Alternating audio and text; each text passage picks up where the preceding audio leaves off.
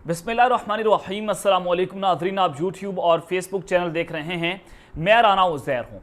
नदरकाम इमरान खान साहब पाकिस्तान की सियासत में अब तक के सबसे जो खतरनाक तरीन ओवर्स खेल रहे हैं और जून के महीने में पाकिस्तान की सियासत जो है वो एक नया रुख इख्तियार करेगी, क्योंकि बंद कमरों में ये फैसला हो चुका है कि इमरान खान साहब को ना तो छोड़ेंगे और ना ही इमरान खान साहब को भूलेंगे। और फैसला ये हुआ है कि जून में ही तमाम मामलात को तय किया जाएगा, तमाम मामलात को फिक्स कर लिया जाएगा। जो पार्टीज बनानी है, जो जनाब तितर बितर कर रही है पीटीआई को, 2/3 से ज्यादा आवाम जो है उस वक्त पाकिस्तान तहरीक इंसाफ को छोड़ चुकी है, यानी कि उनके कारकुनान उनको छोड़ चुके हैं। तो कुछ बड़ी खबरें लेकर आपकी खिदमत में हाजिर हुआ हूं और आज की ये वीडियो बहुत इंपॉर्टेंट है कि इमरान खान के खिलाफ अब तक की सबसे खौफनाक तरीन प्रेस कॉन्फ्रेंस की गई है और नई आग भड़की है। और जलती पर आज जिस तरह से तेल का काम किया गया है कि जनाब एक वर्दी की शक्ल में एक शख्स जो है उसने अवतार तारड़ की रूप में आकर उसकी रूह उसके अंदर आई और उसने जो प्रेस कॉन्फ्रेंस की है उसने पाकिस्तान की रियासती मशीनरी की धज्जियां उड़ाकर रखती हैं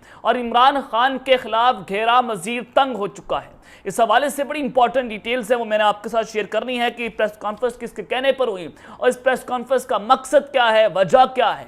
और दूसरी खबर पर हम बात करेंगे कि फौज के सुप्रीम कमांडर ने आज बाकायदा तौर पर इमरान खान की पीठ पर छुरा घोंप दिया है और वो मैनेज हो चुके हैं। अब तक की सबसे बड़ी रुकावट जो है उसको तोड़ दिया गया है और ताकतवरों को बड़ी कामयाबी आज हासिल हुई है। इस हवाले से अंदरूनी कहानी आप तक शेयर करनी है। और तीसरी खबर पर बात करेंगे कि चौधरी परवेज इलाही जो हैं वो भी फिक्स हो चुके हैं। ये बहुत इंपॉर्टेंट है। इस हवाले से भी अंदरूनी खबर आप तक पहुंचाऊंगा, लेकिन अगर आपने चैनल को सब्सक्राइब नहीं किया, चैनल को आपने सब्सक्राइब कर लें, बेल आइकन को दबा दें। आने वाली तमाम तरह अपडेट्स आपकी खिदमत में बर वक्त पेश होती रहें। नादरकाम एटीसी अदालत ने डॉक्टर यास्मीन राशिद साहिबा को जिना हाउस हमले केस के अंदर बरी कर दिया और फिर इमरान खान साहब ने इस पर ट्वीट किया कि डॉक्टर यास्मीन राशिद जो हैं वस्ती पंजाब के सदर, उनका इस केस से बरी होना इस बात का सबूत है कि पाकिस्तान तहरीक इंसाफ के खिलाफ जो बयानिया बनाया जा रहा था उस बयानिए की धज्जियां उड़ चुकी हैं। इमरान खान साहब के इस ट्वीट के ऊपर पंजाब पुलिस जो है वो रीट्वीट करती है और आपने अंदाजा ये लगाना है कि किस तरह से रियासती मशीनरी जो है उसका इस्तेमाल किया जा रहा है और इमरान खान साहब को क्रश करने की कोशिशें हो रही हैं। और होता तो ये है कि सियासतदानों को ट्वीट करते हैं, वो एक दूसरे को जवाब देते हैं, लेकिन यहां पर इदारा जो है वो डायरेक्ट इमरान खान को उनकी ट्वीट पर रीट्वीट करता है और वो कहता है कि जनाब हम तो इस सारी रिहाई के ऊपर, इस सारे मामले के ऊपर लाहौर हाई कोर्ट में दोबारा चैलेंज करने जा रहे हैं। और फिर एक और प्रेस कॉन्फ्रेंस होती है, वो तो बहुत इंपॉर्टेंट है, उसमें आगे चलकर मैंने बहुत सारी चीजें आप तक पहुंचानी है।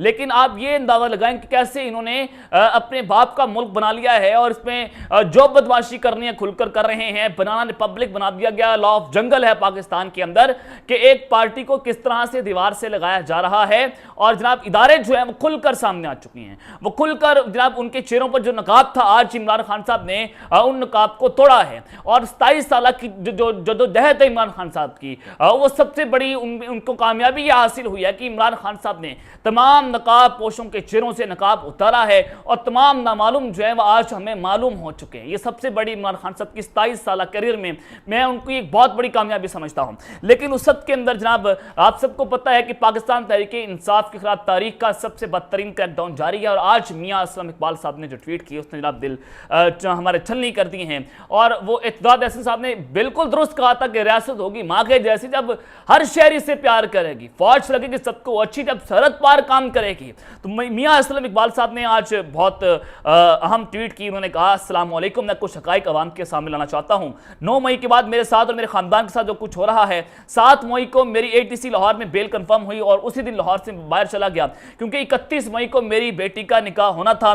सोचा 11 मई को एटीसी इस्लामाबाद में भी तारीख है, लिहाजा उससे पहले जो इंतजाम करने हैं मैं उनको तमाम कर लूं। और फिर उन्होंने कहा कि मैंने इस हवाले से फ्लैटिस होटल जो है उसको बुक करवाया, आप वहां से तस्दीक कर भी सकते हैं। लेकिन 9 मई के वाकयात की जितनी मजम्मत की जाए उतनी कम है और यह इंतहाई अफसोसनाक वाकया है और इसकी तहकीकात भी होनी चाहिए और जिम्मेदारान को सजा भी मिलनी चाहिए। लेकिन उन्होंने कहा कि जनाब पुलिस ने हमारे घरों पर रेड करना शुरू कर दी। घर पर सिर्फ वालदा साहिबा, बेटी और बेटा मौजूद थे। 3 बजे मेरे घर के दरवाजे तोड़कर 30-40 लोग दाखिल हुए और बदतमीजी शुरू कर दी और कहा कि वो कातिल किधर है, उसको नहीं छोड़ेंगे। मेरी अहलिया जो है वो नमाज़ तहज्जुद पढ़ रही थी, जबकि बेटी और बेटा अपने कमरे में थे और वालदा साहिबा की उम्र 85 साल है, ऑक्सीजन पर हैं। जनाब मोहसिन नकवी, डॉक्टर उस्मान अनवर, बिलाल सदीक कमियाना और लियाकत मलिक, पता चल क्या है कि आपके मुहफ़्फ़िज़ों ने ये सब कुछ क्या किया है। और उन्होंने कहा कि घर में मौजूद जहेज का कीमती सामान और 7 लाख रुपए नकदी और डीवीआर लेकर चले गए। मेरी वालिदा साहिबा चीखती रही कि ऐसा ना करो। मुहाफिज ने माओ का एहतराम भी ना किया, बदतमीजी की और जनाब इस वजह से मेरी बेटी का जो है वो जहेज चोरी होने की वजह से निकाह जो है वो मुलतवी होना पड़ा, उसका निकाह मनसूख हो गया। और जनाब फ्लैटिस होटल जो है आप उनसे तस्दीक भी करवा सकते हैं। उन्होंने कहा कि मेरे भाइयों के घर पर, मेरी सालियों के घर के ऊपर रेड हो रही है, मेरी बेटियों के घर पर रेड हो रही है। तो इस तरह का जंगल का निज़ाम आज पाकिस्तान में जनाब बनाया जा रहा है कि अब बात जो है वो औरतों के घरों तक जा पहुंची है, औरतों तक जा पहुंची है। और ये इतने मर्द के बच्चे बनते हैं। आप खुलकर सामने आए, अगर आप मर्द के बच्चे हैं आप खुलकर सामने आए। आप कहते हैं कि हम बड़े तो ताकतवर हैं, हम बड़े बदमाश हैं, हमारे बाप का मुल्क है, हम जो चाहें वो कर लें। अगर आपके बाप का मुल्क है, अगर आप इतने बदमाश हैं तो आप खुलकर सामने आए हमारे सामने।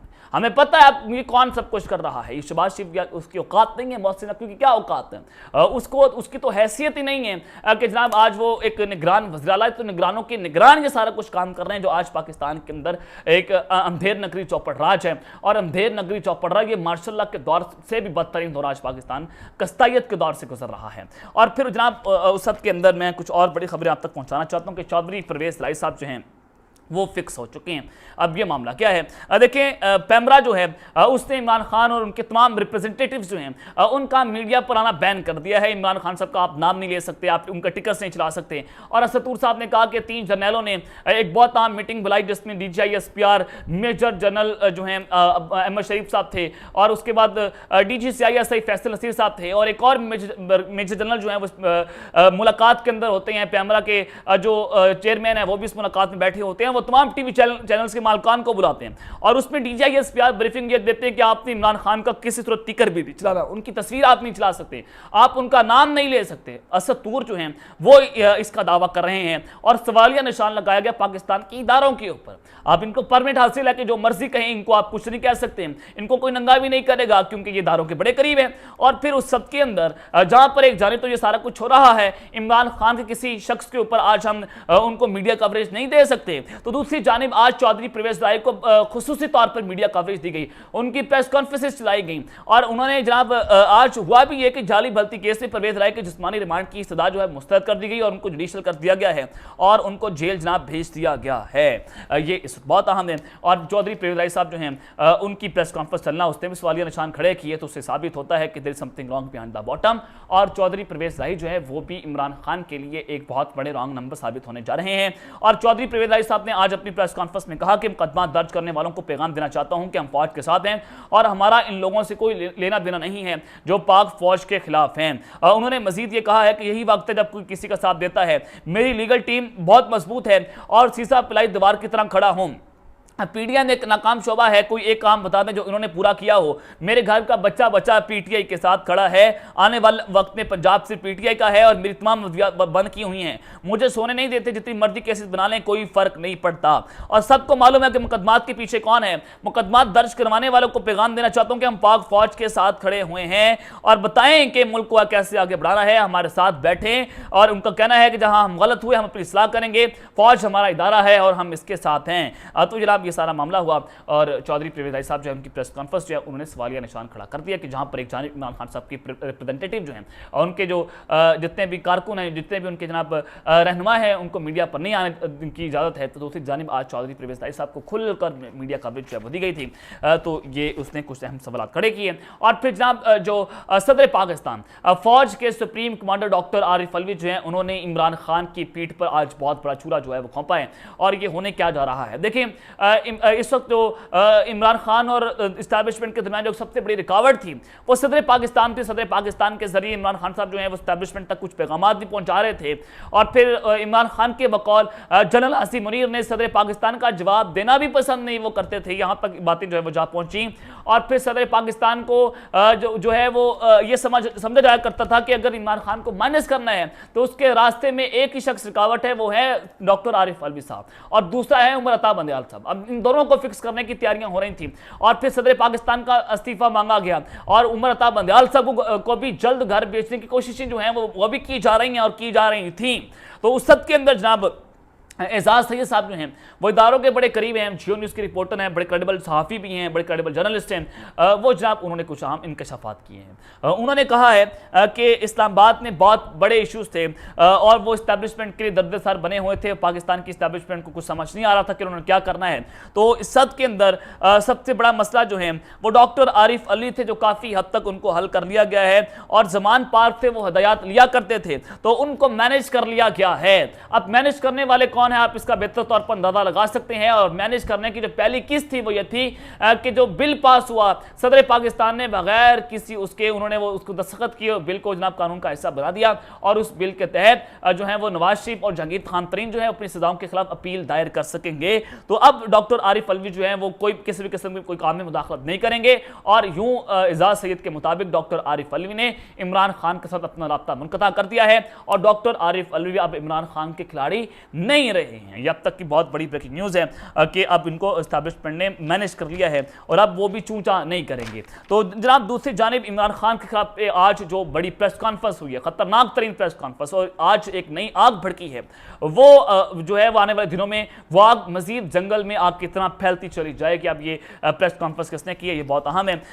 जनाब डॉक्टर यास्मीन राशिद साहिबा को जो जना हाउस हमला केस के अंदर बरी किया गया, अब दोबारा उनको इस केस में फंसाने की कोशिश हो चुकी है।